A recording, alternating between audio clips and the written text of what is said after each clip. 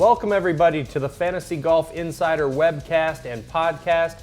I'm Jeff Bergerson, joined as always by my partner, Zachary Turcotte.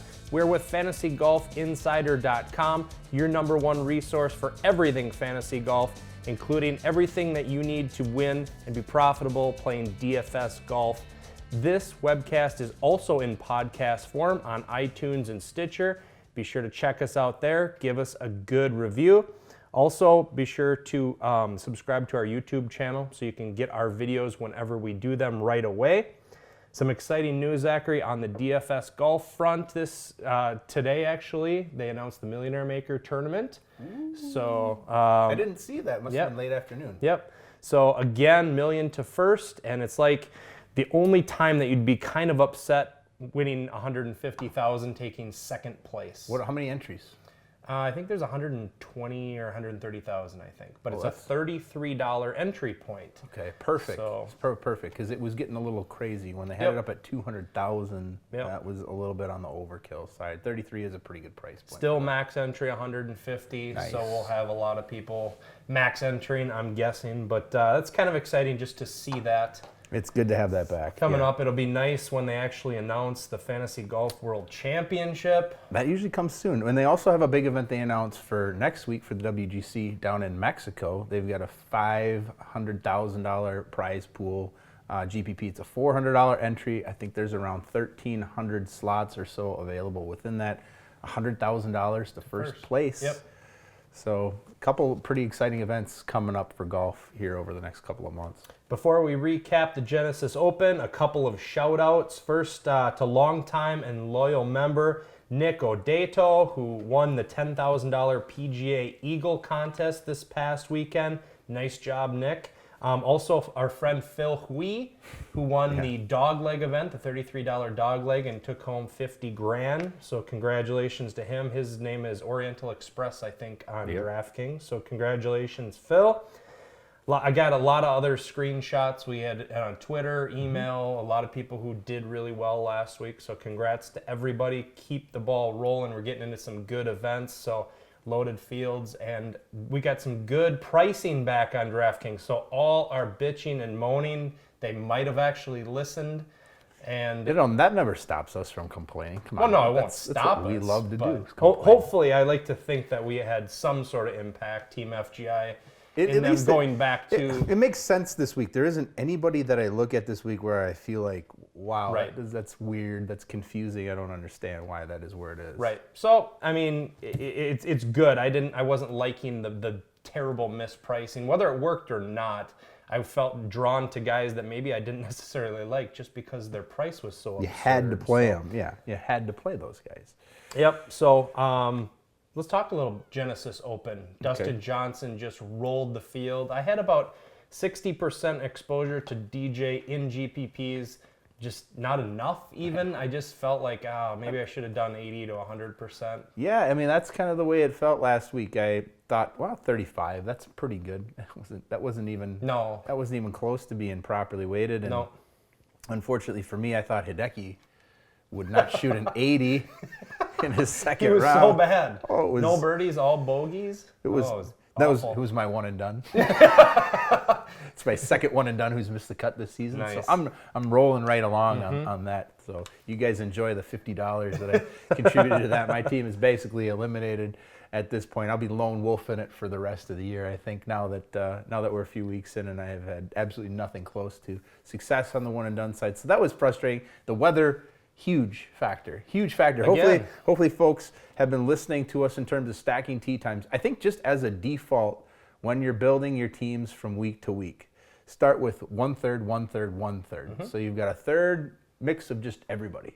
And then you've got 1/3 of a mix with all AM tee times, 1/3 of a mix with all PM tee times. Wednesday afternoon, take a deep look at the weather, because Honda's another event where weather has been notoriously difficult over the years to deal with. And when you have a lot of water in play, scores can be shooting up pretty quickly. So start with a third, a third, a third. And then as one tee time becomes a little bit more favorable over the other two, make that one half. So if you're doing 150 lineups, maybe 75 are with the most favorable tee time. Maybe you've got 50 with just a complete spread, and then 25 just in a contrarian, flip it the other way just in case weather does something really strange and unexpected, as it has done a couple of times over the years, and then at least you've got some exposure in the other direction. So I think that is something, if you haven't been doing that, you're going to have to do that. There's 3 or 4 times a year where it makes just an absolutely huge difference in terms of your overall results. So if you are on predominantly morning, Thursday, tea time players, you were in great shape over the weekend. If you had a mix, not as much, and if you shaded the afternoon guys more, you probably got crushed. Right. So it was not. It really didn't matter what types of players you picked, because good players, obviously, guys like Hideki, got absolutely smoked in that later tea time set. So be sure that is something that is in your process, that is in your cross check from week to week. It's kind of the reason we send out that email on Wednesday night, giving people the absolute latest in weather forecasts. So be sure to read that email, and I usually give my take on what I'm going to be doing, what I'm, give a couple different scenarios like I did last week. What if this happens? What if Friday's a complete wash? So just some ideas. So be sure to check out that email. Overall, it was another strange week. I won in cash. Yeah, I had good cash games. I yet again did 5 cash game teams, and I won on 3 of them. So it wasn't a huge week for me. Yeah. So I was slightly down in GPPs, but up in cash. So it was almost a break-even week again for the second straight week. Yeah, I think cash games went pretty well. It was weird for me in that I actually had a couple 6 of 6 cash game lineups that didn't go anywhere, which was really frustrating. That's hard. Jason Day, I don't know what's going on with him right now. Yeah, I thought he would be a guy who showed up. He wasn't even in bad shape after the weather. I mean, he was fine. He was -2 going into the weekend during the last 2 rounds, and it was really after all the messy wind and rain came that his game went to shit again in the 3rd round. It was just like the week prior where the 3rd round hits, something wasn't clicking for him, and I don't know what to think of him right now. I don't either. It's strange to see him struggling as much with his putter as he has so far, to be missing short putts. A little bit frustrating in that regard. So yeah, I had a couple teams that were 6 of 6, and that was what made it tough with the pricing, was that if everybody's in on Brendan Steele, if everybody's in on Adam Hadwin, JB Holmes, and everybody's in on JB Holmes, you've got a 6 of 6 lineup in place. And then once everyweren't in on DJ on top of that, because you could easily do it. And I did in cash. So in cash, if you didn't have him, if you weren't one of the ones who had him, and there were about 60% of folks who did have him in cash games. Right.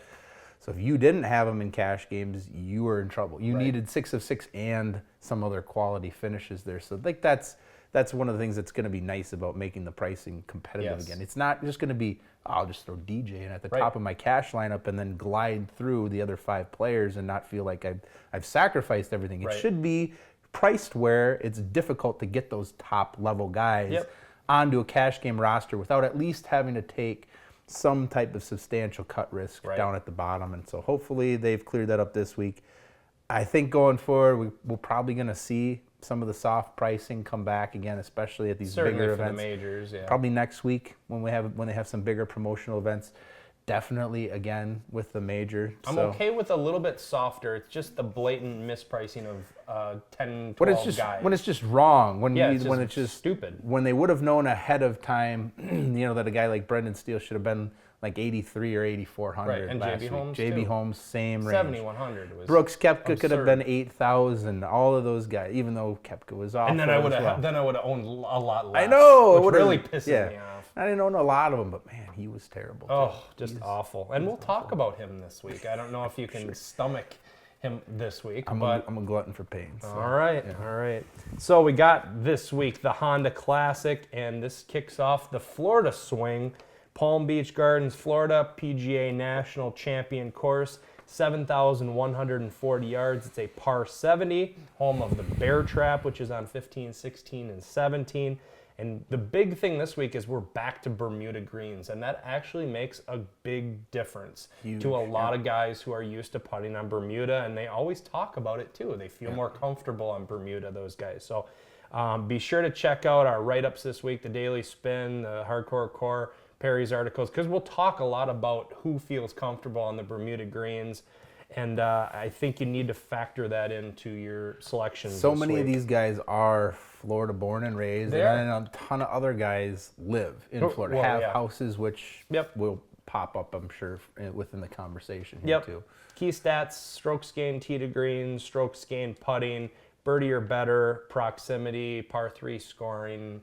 Anything else that you want to add to that list? I think that's mostly what they had, the key ones. Check out our model. We'll have our base weightings on there, but you can always change them however you like. And I usually do several times during the course of our research. Yeah, I mean, Statboy just puts some crazy stuff out there. Yeah. His stuff comes to us, and we got to go in and play around with it again to get it right. So I always do that, though. I'll switch like 100% onto current form and see what it does. Yep, I'll exactly. do 100% on, just take odds out completely and do stats. I just walk through each one of those and see which players are being favored for each of those categories, because sometimes I don't feel like Vegas odds are necessarily all that relevant. I feel like maybe I have enough form that I don't need to have some of the biases in there, because the Vegas odds, they know that certain people like to bet on certain players, which drops their odds but raises them up overall in terms of the rankings. So it is good to play around with the numbers a little bit just to kind of see what pops out at you.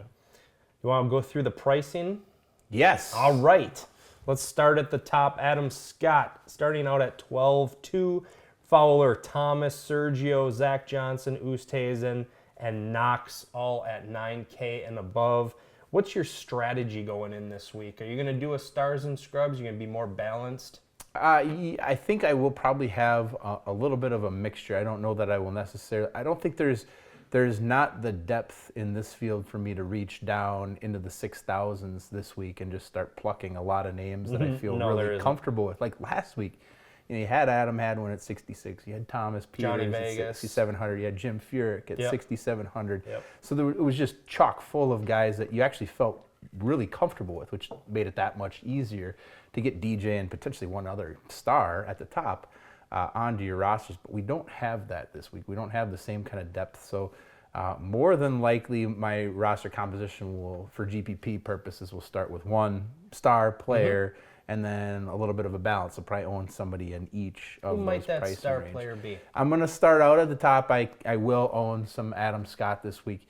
He looked pretty good last week. He hadn't played in a tour event for many, many months, but it didn't really show. He didn't have a whole lot of rust. Me finishing 11th, it's a good kind of warm-up event for him. You know, this is a course here that will demand you be a little bit more accurate off the tee. You do have to hit your irons well. Obviously with Adam Scott, you never know exactly which putter he's going to be bringing along in terms of how well he's going to play, but he should be able to stay out of trouble. I mean, he won here last year, but I do like guys who have solid iron play, guys who I'm not real worried about putting it in the water. So I don't know how much I will own. I haven't put together kind of what the full mix looks like, but he's probably going to be at least one of my core players. He's my favorite from up top there in that area. I think that's a key point. It's way different from last week where I was favoring the Bombers. They could get away with being inaccurate and going astray off the tee because the penalty wasn't as harsh. This week it is quite a bit more harsh, and that's why we see when we look at the leaderboards over the past years. It's like -8, -9. Yeah, and more accuracy guys. Shorter hitters are able to compete with the big Bombers, and a lot of Bombers don't even come here. I mean, we're not seeing DJ, Holmes, Bubba, those guys don't even come here. So up top, any interest in Ricky Fowler? I do. I was just talking with Jeff Feinberg in the betting guide, and I always try to find trends with Ricky because he's tough to figure out. Good luck with that. I mean, he can go from looking just like he's a top 5 player in the world to what is going on with Ricky this week. And I think he's trending towards that top 5 version of himself. If we look at what he was doing last year in terms of how he progressed, how he looked in Phoenix, I can kind of wave the miscut a little bit at Torrey Pines due to the travel time coming back from Dubai. That took its toll. We saw it take its toll on DJ. So that is not something that we hadn't seen before. So I'm not too concerned about that. What I had seen prior to that, his form was pretty good. What we've seen here in recent years, his form is pretty good. Obviously, a guy who has won in Florida previously. He's contended here a few times. So I will own some shares of Ricky as well, just because I think that a lot of people will gravitate towards Adam Scott for their top what do you guy. think the ownership differential will be? Oh boy, it's I think tough. Scott will be. I think he could approach 25% this week. It is definitely possible that he'll be in the mid-20s. I would think for sure. I think he'll be the highest owned of this top group, even though he is Certainly. the highest priced. Certainly, and if you look at the guys around, I don't think Thomas will necessarily get a ton of shares. Nope, he didn't last week and didn't impress last week. So I think And his ownership will be well below 20%. And so I think if you look at that up top, I think Scott will be the highest owned. I actually think Sergio Agree. is next, Fowler, Agree. and then Thomas Yep. in that range Agree for with ownership that. percentage. Yep. And I think Zach Johnson probably won't have much Unowned. ownership at 9,700, which Nobody is will very have him. intriguing. Yeah, I mean, it's a high price for Zach. He's missed the cut here the last 2 years. He doesn't have a high finish here since the tournament moved to PGA National. So he should, when you look at his skill set overall, though, this should be the type of course where he is able to, be a little bit more competitive. Very tough guy to predict. Yeah. He's usually a good cut maker, but at 9,700, we want more than that. And Yeah. to predict his top tens is very, very difficult to do. It's tough. Ever since he changed clubs to the PXG last year, he's been up and down, where he'll show up one week and he'll be a top 5 guy and he'll look great, and then other weeks, complete miss, complete whiff on the cut. So I probably won't own him there at 9,700. I just think that's too high of a price for me to pay for him this week, for a guy who I think he'll have a hard time finishing in the top 10. Okay. A lot of guys from the European Tour who the masses haven't seen. We saw last week one of those guys play very impressively. Out of his mind the last round. Yeah, I mean, Thomas Peters, we talked about him. We wrote him up and everything. So I had quite a nice exposure to him. I wish he wasn't paired with Koepka on a lot of those teams. But this week we have guys like Tyrell Hatton, Rafa Cabrera-Bello, who a lot of people are familiar with from last year. We got Fitzpatrick, Grace, Danny Willett, Martin Keimer. So a lot of Euros coming over, which is very interesting this week. Yeah, it's interesting that they would pick this specific one. Maybe they are all just using it as a warm-up for the WGC in the following week, which could be the case. But I don't know. I don't think this is going to resemble Mexico all that much as far as the type of course. Like it would have been an okay warm up for like Doral, but this year it's I don't know. Maybe they just want to get over into this continent. Well, guys like Peters wants to play more on the PGA Tour. Well, so does Rafa. Yeah. I mean, they just want to be able to qualify for a lot of these events, so they're playing more and more on the PGA. And I think it's going to provide us an opportunity with a lot of those guys because their ownership isn't going to be huge. No, I think Peters will probably be popular this week, coming off of the second place. He will be this year, or this week. Yes. Definitely, Peters will be heavily owned. I'll probably be owning some shares of Tyrell Hatton, who's been very, very good, been awesome, very consistent over on the European Tour. Hasn't played here before. I always like to see guys who've been playing Dynamite and then have a pretty fair price. I think 8,500 is a pretty fair price, and he's been over in the U.S. So it's not like this is the first time coming over to the U.S. He's played well in the PGA Championship in the past, and has played quite a bit. And I think his ownership will be a lot less than Peters. So he's looked good. Fitzpatrick has looked good. People are going to see that Big Red missed cut from a season ago, and I think that might scare a few people off. But I think I'll probably have a few shares of him. Cabrera-Bello, he may be a core player at 8,000. I think that's a really great price for him. It feels like a bargain. Feels like a value sort of price. I would have thought Cabrera-Bello, I mean, it's not a huge bargain. I would have thought he would have been like 8,700, 8,800, closer to the higher 8,000s as opposed to right at 8 below the average price. Is there anybody else there that you're kind of staring at? Martin Keimer, 7,700. Oh, he just pulls you in all the time. Yeah.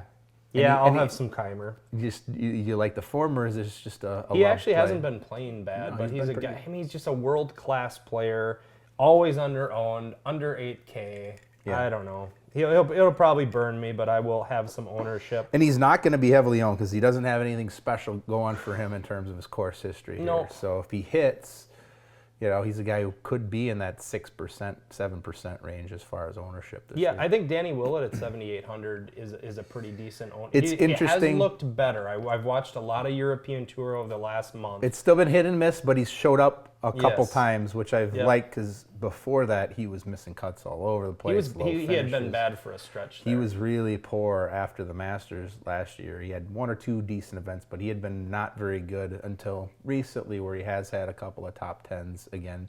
Looks like maybe things are kicking back into form now. He's over the Masters hangover a little bit and hopefully kind of gearing up to make another run. But I don't think he'll be all that popular. I don't either. I think he'll be at under 10%. Yeah. I mean, you know, a good he's in my GPP category because he's got a lot of upside, but you don't a very know, low floor. Yeah, you don't know what so. that floor looks like. Right. I mean, then the other the thing with him is you got Charles Howell III there at the same price. Yep. Who is always a DFS magnet in terms and of Thomas ownership. Peters there at 77. And Thomas Peters are both right there. So both of those guys are going to be super popular. I like that because well. I mean, Willett's a top 20 player in the world. He can when he's on his game. He's right there. So it's. Brendan Grace showed some spark last week too. He's been very consistent over the last couple of months. He's starting to come back again, and I mean he goes in stretches where he warms up, and then I mean last year he right after the Masters he won out at Harbor Town. Yep. And then he went through some frustrating stretches. He looked really solid at a couple of the majors again, but it seems like he's playing pretty consistently right now. This should be the type of course where he can make value though, especially for the price that he's at. Brooks Koepka, 7,500. Yes. Can you do it? Yeah, I think I can. I can too. I can. I don't. It's so sick. I don't know if I really want to, but I keep talking myself. I feel like Florida? I Bermuda? I feel like the whiny girlfriend who's always kind of defending the asshole boyfriend guy, right? I mean, because so with Brooks, Right. here's the case we're going to make. We're going to say, oh, he just barely missed that Torrey Pines, right? Like, he didn't miss that bad. I mean, that's not a big deal. A lot of guys missed. The win there was a little bit rough. It's not a big deal. Right. So then he went out to Phoenix. You know, he was okay at Phoenix. He was well-mannered, right? I mean, he bought me dinner. Yeah, he made the cut. You know, he didn't do anything. He didn't do anything to cause any trouble. And then Genesis. It was late. It was a late. He was out time. with the boys. It was a late tee time. It was a friend. He was in from out of town. Hey, Hideki missed the cut last week too. He shot an 80. It's not a big deal. Yeah. It's not a big deal. I'm gonna give him another chance. What? This is it though. This last is chance. it. Never again. Never again. I can't do not, this to myself. No. It's not fair. My family deserves better. Yeah, I'll take a shot. Yeah, me too. I'm going to do it. Because I don't think he's going to be highly owned. No. I think he'll be under 10 maybe? Because he squashed people last week. And they were already, people were already getting off of the Brooks bus there a little bit. And now they're running for the exit. I mean, they're really going to be out of there this week. And he's going home. I mean, he's a Florida guy. He's a Florida State guy. So this should be a spot where he turns it around. He's made the cut here 3 times. I think there's just too much talent there for me to write him off this early. And we've seen stretches before where he just looks lost and out of whack. So I do think this is a decent contrarian opportunity to own some Koepka. And we know how much he can score. But I will give you this insight. When Zach and I do jump off the Koepka bandwagon, that's is the time. That's when you get on full throttle. You get on, push you the do pedal not look down, back. 100% all in. Yeah, because it'll happen simultaneously when that goes down. We're done. We're finished. Right. Yeah. Move your shit out. Okay. All right, dropping down.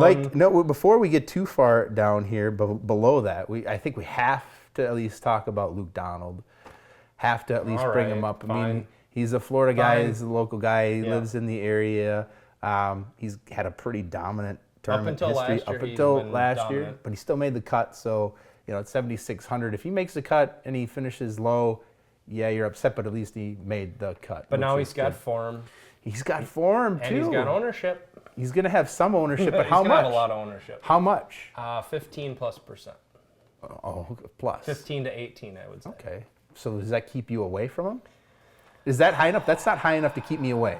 Like last year, it was very high. Last year, I want to say it was in the 20s, and that it was, and that might have been enough that should have maybe kept us away. But this year, I think 15. If it's 15 to 18, I'm still a buyer. I'm still a buyer at that price. I just have I don't like Luke Donald, which but I know. But you know, I talked about him a couple of weeks ago, seeing something in terms of his form, and he's looked great the last couple of weeks. And you know, when he's putting the ball well, I mean, he can be unstoppable. So I mean, I don't think we get vintage 2011 #1 player in the world, Luke Donald. Probably not ever again. Do we have a shot at the top 20 though? I think so. You know, for that price, I'm willing to own definitely own some shares this week. All right. All right. Moving on from that, I know that hurts you. I know that's hard, but kind of dropping down into the lower 7 range. That's been an area where we've been able to stock up, over the last couple weeks. This week, you got Johnny Vegas at 7,100. Who's been playing Vegas. Well. I don't like him as much this week as I did last week, just because he's not as accurate as I would like on this course. Although his accuracy numbers, if you look at him for 2017, are dramatically improved over his career average. For sure. Yep. There's some guys down here. I like some of the younger guys. I mean, Patrick Rogers, I think, is legit in this price range. Again, Florida ties, Bermuda. Trey Mullinex at 77,000. Go with some of the younger guys. I think you're going to get low ownership. They're showing some. How about another course? Form. How about another course horse down here? You said his name last week, so I'm going to throw it back at you this week. How about Graham McDowell? Oh, yeah. He was actually playing extremely well until the last round when he threw up like a quad 77 and just fell through the floor. But no, he was dancing in the top 20 for most of the first 2 days. Yep. And even on Saturday. He said, 4 top 10s here in the last 6 years? Yeah. I mean, I still don't know if that's going to attract a lot of attention. I could still I could still see him be at like 10%, 12%. No. You don't even think that high? No. You think single digits? No, single digits for sure. Really, with all of those top 10s sitting there? For sure. Yeah, he'll be single digits. Yeah, no one's going to want him. Well, then that's an opportunity, isn't it? I think so. I'll have some exposure to him. If I had him last week, I got to have him this week. Right? This seems like a much better course for him overall. So, I can't see a reason why I wouldn't own him down there. What about Ian Poulter below that? Ooh, yeah, that's a good one. He was so bad last season. I think that's going to sting for a lot of fantasy folks that are out there. Another easily single digits. I like Poulter this week a little bit. I think so, too. He's actually been playing pretty well quietly. He hasn't been playing in a lot of PGA events, but he's mixed it up over in Europe and back here, and he's been making cuts again. Like he used to be just a super steady cash game player. You could plug him in every week. He's a guy who's not going to win for you, but he was going to make the cut almost all the time. And then last year came, and he was just treacherous. He was just awful all year long, and nobody owned him. I haven't owned him in a couple of years. No, 2015 we owned him pretty regularly because he was always priced in that 75 to 8,300 range. Pretty consistent cut maker, just a staple for cash games. But he's been okay here and couple of appearances, and he's been pretty good here as far as making cuts recently. I don't think people are going to be on him for GPPs. I think he's a 5% guy. So I think he's a pretty decent buy there. Thumbs up, sir. All right. Anybody else down there below? It's kind of ugly. I mean, we mentioned Johnny Vegas. Is Hudson Swafford, is he done as our cut maker now? Oh, I think so. I don't want any Hudson this week. I mean, he can own maybe a small share in GPP, but his game is certainly deteriorated over the last couple of weeks, and he was on the morning wave too. Like he was just bad on the morning wave, which was indefensible, which was bad. There's one guy in the 6K range, but I'm going to save him for my column. What do you think of that? That's dirty. Well, I like a lot. You're not even going to give us. You're not going to give one name. Nope, I'm not gonna. Down there in the 6K range. Because there's only one I really like, so I can't really. Maybe one more. No, I'm going to stick with him. I'm going to put him in my article this week because I really like him. Boy. A lot of upside GPP guy. Don't try and guess it. No. That'll ruin it. Anyone you like down in the 6K range? Is it time to revisit Tim Wilkinson? Is it time? I mean, I don't even know. Nobody. I did look at him quite a bit, actually. Yeah, but he's been, and we hit this stretch last year where he made a bunch of cuts in a row and was actually looking pretty good. Had a couple weeks with some upside as well. But he's been okay here over the years. Yeah, he has. He's made cuts. He's made cuts. Yeah. He has a one withdrawal, but you never know what that could have been from. But the other 4 starts, he's made the cut every year. So it's 6,900.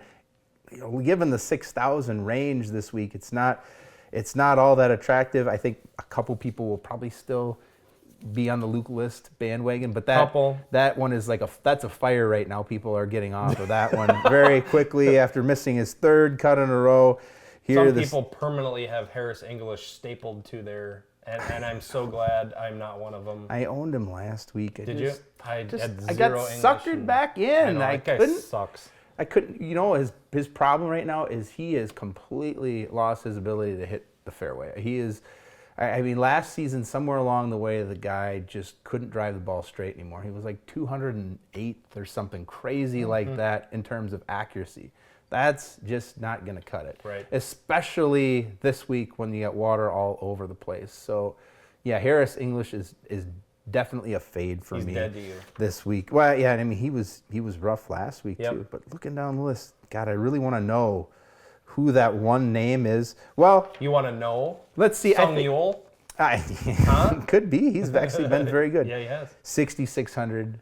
Here it is, right? Wesley Bryan, 6,600. That's not my guy, but he's got some upside. He's got form. He's a Southern boy. He was really bad the first few weeks of the season, but the last couple times out, he's looked very good. Mm-hmm. He was 9th here 2 years ago in his only start. So for 6,600, that might be my favorite play in the mid 6,000 range this week. Are you going to give just one? I'm not opposed to it. One play in the lower range, or you're just that greedy now? No, I told you I just don't like that many guys in the 6K range. I'll be spending most of my time in the 7s and 8s. I'm going to have more of a balanced composition this week, just because I hate a lot of the guys in the 6K range, and they seem like a coin flip. Although, if you're going to do a cash game guy like Michael Kim at 6,500, dude makes cuts most of the time. Didn't last week, but I usually have exposure to him in some of my cash games. Seamus Powers, min salary at 64. That's not horrible. He's been pretty good this year. I'll have a couple other plays that are around there, but I don't have any right here. All right. Well, I think that'll do it for us this week. You can check us out. Be sure to follow us on Twitter at Fantasy Golfers. Email us with any questions on strategy or any other questions you have. info@fantasygolfinsider.com. Be sure to become a premium member if you're not already. My God, you need to do it. Yeah. We also have some stuff on Fantasy Guru Elite. We've partnered with them. Jason does article for them each week too, so that's been a good partnership. I'm on Sirius XM with Tommy G on Wednesdays. You even had a random segment with Jeff Manns. I did. I talked with Manns and Kevin Adams Magic today. Sports guy. So, yeah, it was brief. I noticed that. I was like, I saw they tweeted on you. I was like, did they just call you up? Can you come on the show right now? Actually, they just called me and said, we're live on the air. That's what it felt like. What do you think? Let's just talk golf for a good 2 or 3 seconds here. Right. And sorry, Jeff, we're out of time. We could do a whole hour with them normally, but we only had 2 minutes today. So, but hey, we'll take it. It's an extra segment. Absolutely. Right? So anytime I can talk golf, I'm happy to do it. Periscope, Jason does Tuesday night. Zachary will do Wednesday nights. That'll do it. Till next week. Good luck at the Honda Classic. Good luck.